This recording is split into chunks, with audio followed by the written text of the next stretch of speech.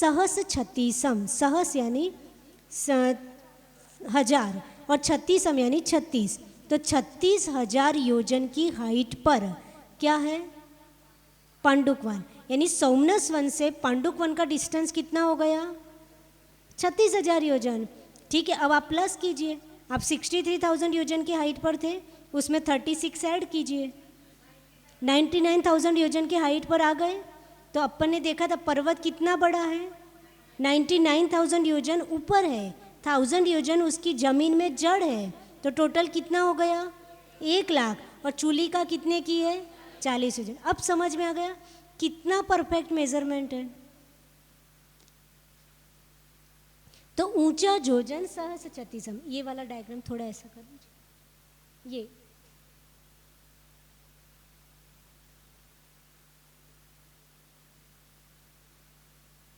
थोड़ा और ऊपर कट हो जाएगा। फाइन, देखो ये 1000 योजन की जड़, ये भद्रशाल वन था, उसके नीचे मैंने 1000 योजन की जड़ ऐसे दिखा दी। फाइन, तो ये 1000 योजन हो गए। भद्रशाल वन से 500 योजन, तो ये 1500 हो गए।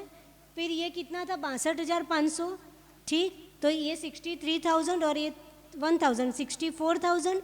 और वहाँ से कितना बोल दिया? इसको थोड़ा नीचे, ये टोटल कितना है? 36,000। तो 64 + 36 1,00,000 योजन हो गया। तो ये 36,000, यहाँ से यहाँ का डिस्टेंस कितना है? 36,000। अरे वहाँ का कहाँ 1,00,000 है? समझिए मेरी ये कहाँ है स्टिक? इन सोमनस वन से पांडुक वन 36,000 योजन, इसमें भी सेम वाला है। 11,000 पर्वत क्या जाएगा? स्ट्रेट। तो अब कितने बचेंगे? 36 में से 11 जाए तो 25। 25,000 योजन पर्वत क्या होता है? तिरछा। तो यहाँ वैसा ही बनाने का ट्राई किया है। ये पर्वत स्ट्रेट जा रहा है, वो फिर दोनों साइड से माइनर क्या हो जाता है? तिरछा। और यहाँ ऊपर जाके जब पांडुक वन में पहुँचेंगे तो वो डिस्टेंस कितना बचेगा? पांडुक वन का व्यास सिर्फ 1000 योजन बचेगा। नीचे 10,000 योजन का था सुमेरु, ऊपर जाते जाते कटता कटता कटता तिरछा होता होता ऊपर कितना बचेगा? 1000 योजन। ठीक, तो ऊंचा जोजन सहस छत्तीसम, पांडुक वन सोहे, सोहे यानी शोभायमान हो रहा है। गिरी शीशम, गिरी यानी पर्वत, और शीश ये पर्वत का क्या हो गया? पांडुक वन टॉप, शीश हो गया। ठीक है, फिर चैत्यालय चारों सुखकारी, मन वचतन कर वंदना हमारी।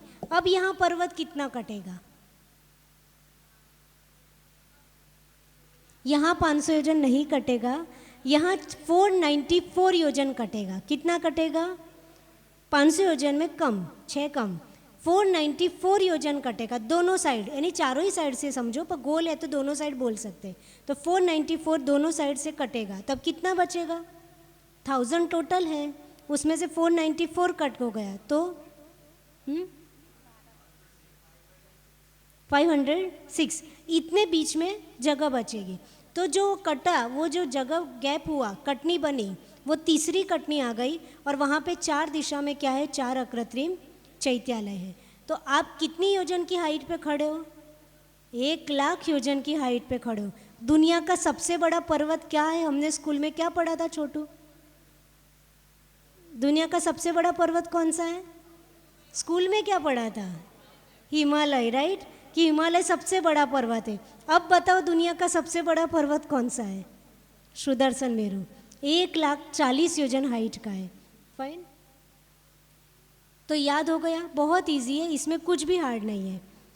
तो फिर से एक बार समझते हैं। भद्रशाल वन, उसमें सुमेरु पर्वत स्टार्ट होता है, वहाँ 10,000 योजन व्यास है, 4 दिशा में क्या है? 4 अकृत्रिम चैत्यालय। 500 योजन हम सीधे जाएंगे, वहाँ कौन सा वन मिलेगा? नंदन वन। 500 योजन कटेगा पर्वत, और 4 दिशा में क्या मिलेंगे? 4 अकृत्रिम चैत्यालय। फिर वहाँ से हमको 62,500 योजन की हाइट पे क्या मिलेगा?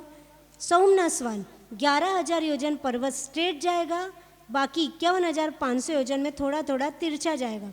वहाँ फिर 500 योजन पर्वत कटेगा, कटनी बनेगी, 4 दिशा में 4 अकृत्रिम चैत्यालय।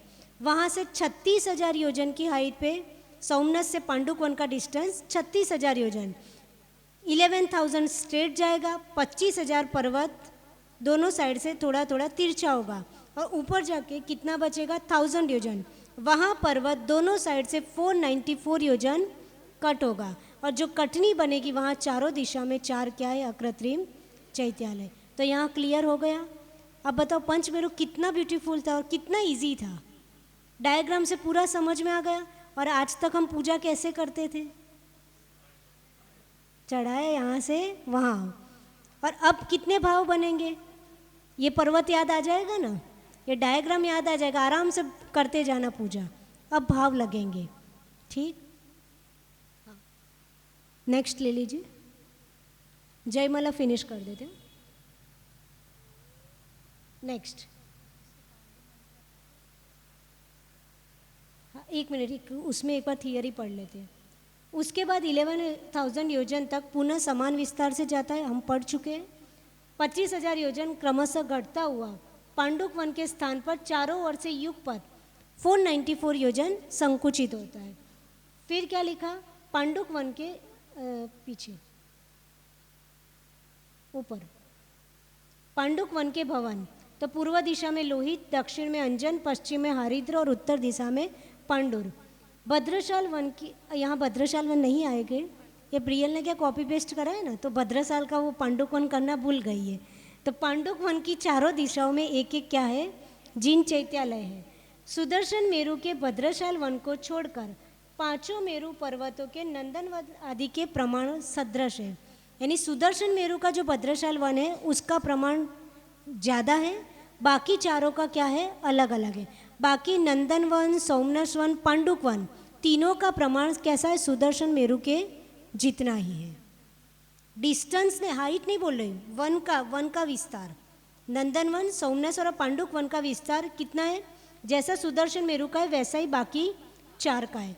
भद्रशाल वन का क्या है, सुमेरु का ज़्यादा है, बाकी 4 का कम है, ठीक। नेक्स्ट, पांचों मेरु संबंधी चारों वनों में स्थित भवनों के स्वामी, उनकी आयु, उनका वर्ण और उनकी देवांगनाएं, ठीक है, बहुत इजी है। 4 दिशाएं लिख दी, उनके लोकपाल, राइट, उनको लोकपाल कहे जाते हैं, सोम, यम, वरुण और कुबेर।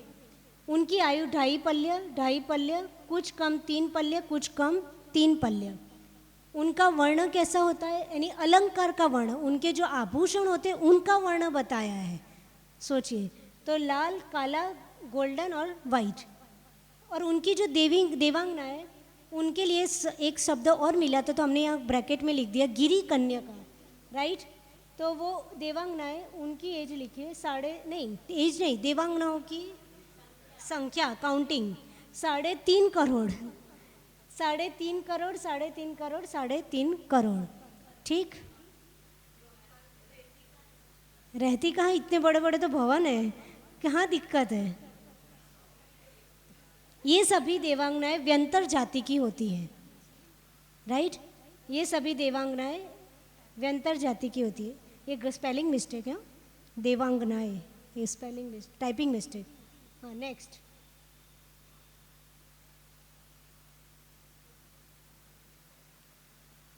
ये अपन कल समझ लेंगे, पहले जयमाला फिनिश कर देते हैं तो आपको आनंद आ जाएगा कि पंचमेरु की जयमाला समझ में आ जाए। नेक्स्ट करिए, ये कल समझ लेंगे, फाइन। अब 2 ही स्टेप बचे हैं, उसको पढ़ लेते।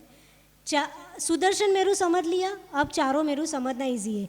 चारों मेरु समान बखाने, भूपर भद्रशाल चौं जाने, चैत्यालय 16 सुखकारी, मन वच तन कर वंदना हमारी।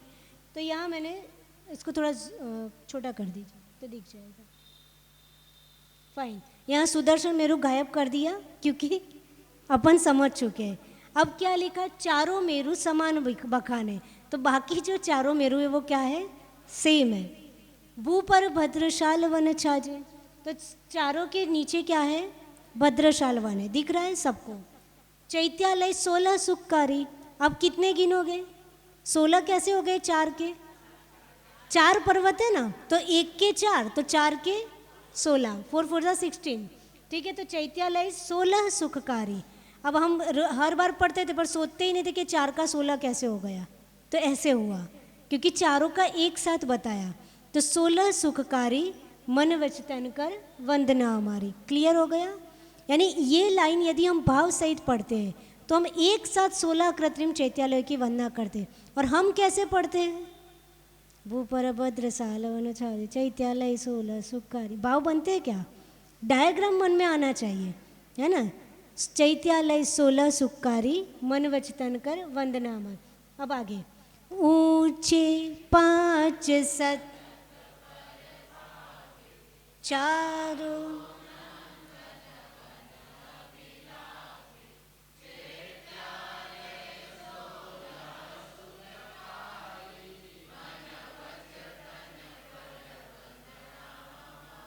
अब चारों का एक साथ, ऊंचे 5 शतक पर सोए। 500 योजन क्या जाना है? चारों में सेम। चारों में क्या, सुदर्शन मेरु में भी 500 योजन था, तो 500 योजन की हाइट यहाँ लिख दिया। 500 योजन, ये 10,000 योजन यहाँ गलत मेंशन किया है, 1000 योजन आएगा। 1000 योजन की जड़, टाइपिंग मिस्टेक है, जड़ 1000 योजन की है, राइट। 500 योजन ऊपर जाएंगे तो हमको क्या मिल जाएगा? चारों में नंदनवन मिलेगा। तो टोटल कितने चैत्यालय हो गए? 16, इसलिए यहाँ 16 हो गए।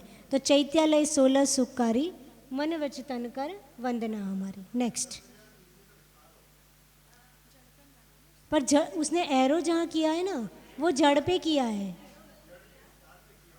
नहीं वो थोड़ी चित्रा पृथ्वी का है ना, तो वो कहाँ 10,000 है। ये एरो गलत है, ऐसा करना पड़ेगा, और वो 1000 योजन, एरो ऐसे रखना पड़ेगा, है ना, और वो 1000 योजन नहीं। भद्रसाल सुदर्शन मेरु का 1000 था, अरे 10,000 था सुदर्शन मेरु। इनका नहीं लिखने में आया है तो अपन नहीं कह सकते, है ना। भद्रशाल वन का बोला था कि सुदर्शन मेरु से उन सबका डिफरेंट है। ठीक, अब आगे, 55 सहस उतंगा वन सो मनस 4 बहुरंगा चैत्यालय।